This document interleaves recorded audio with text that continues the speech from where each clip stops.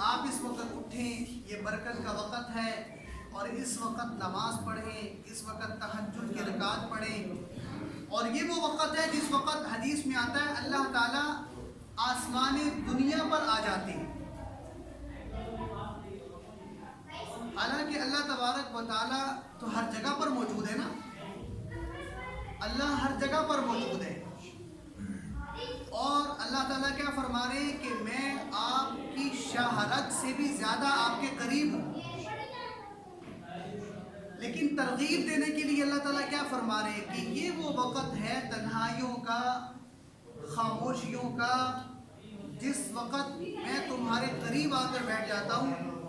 اور پھر اللہ کی طرف سے اعلان ہوتا ہے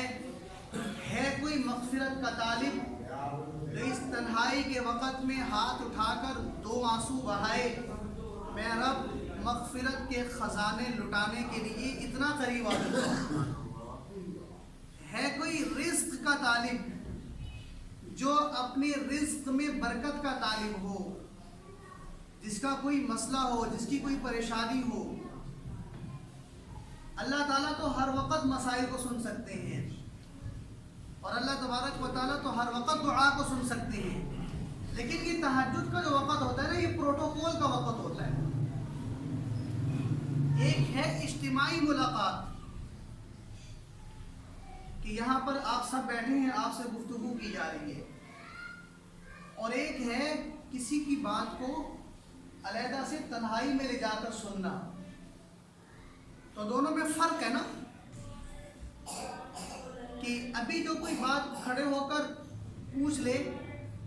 تو یقیناً اس کے اندر وہ کیفیت پیدا نہیں ہوگی سننے میں اور بتانے میں، جو تنہائی میں وہ کھل کر بتا سکتا ہے اور سننے والا سن سکتا ہے۔ تو جو تہجد کا وقت ہے نا، وہ پروٹوکول کا وقت ہے، اور کس کی طرف سے؟ اللہ کی طرف سے، کہ یہ تنہائیوں کا وقت، یہ خاموشیوں کا وقت، یہ برکت کا وقت، یہ نبی علیہ السلام کے سجدوں کا، دعاؤں کا، گریہ زاری کا وقت، اس وقت میں اٹھو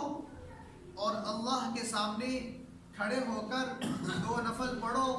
اور پھر ہاتھ اٹھاؤ، دعا مانگو۔ اس وقت میں اللہ تمہاری دعاؤں کو پروٹوکول کے ساتھ سن رہے ہیں، اور ہر بندے کو پروٹوکول مل رہا ہے کہ اللہ اعلان کر رہے ہیں کہ میں آ گیا ہوں، ہے تو لینے والا، مانگنے والا، جو مانگے مجھ سے تو میں خود دینے کے لیے آ گیا ہوں۔ کتنی بڑی بات ہے۔ قُلِ اللَّهُمَّ مَالِكَ الْمُلْكِ، بادشاہوں کا بادشاہ، عزتوں ذلتوں کا مالک، اور ساری قدرتوں کا مالک، جس کو کوئی ضرورت نہیں ہے، وہ بے نیاز ذات ہے، لیکن پھر بھی اتنی بڑی سلطنت کا بادشاہ جس کی حدیں مقرر نہیں ہے، کہاں تک خدا کی خدائی پھیلی ہوئی ہے اس کا اندازہ آج تک کوئی لگا ہی نہیں سکا۔ یہ اللہ کے علم میں ہے کہ اللہ کی قدرت، حکومت، ملکیت کتنی وسیع سے وسیع تر ہے، یہ اللہ کے سوا کسی کو علم نہیں ہے۔ اتنا بڑا بادشاہ اتنا قریب آ کر اور خود سے کہہ رہا ہے کہ کوئی ہے مانگنے والا، جو مانگے تو میں دینے کے لیے آ گیا ہوں۔ بتائیں کہ یہ انسان کو کتنا زبردست پروٹوکول مل رہا ہے اللہ کی طرف سے۔ اب جو اس پروٹوکول کا فائدہ نہ اٹھائے، بتائیں کہ وہ احمق اور بد نصیب ہوگا کہ نہیں ہوگا۔ تو یہ جو رمضان میں جو سحریوں کے وقت بار بار اٹھانا ہے، بار بار اٹھانا اور کھلانا، یہ دراصل زندگی کی ترتیب سمجھانے کا وقت ہے کہ اصل آپ کے اٹھنے کا وقت یہ، اس وقت اٹھیں، اس وقت نماز پڑھیں، اس وقت اللہ تعالیٰ سے اپنی حاجات مانگیں، اپنے مسائل اللہ سے شیئر کریں، اللہ سے اس وقت اٹھ کر تنہائیوں میں گفتگو کریں۔ یہ صرف رمضان تک محدود نہیں ہے،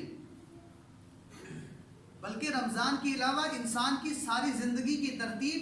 یہی ہونی چاہیے۔ کتنے لوگ ایسے ہیں جو اس وقت اٹھ جاتے ہیں، اپنے کام کاج پہ نکل جاتے ہیں،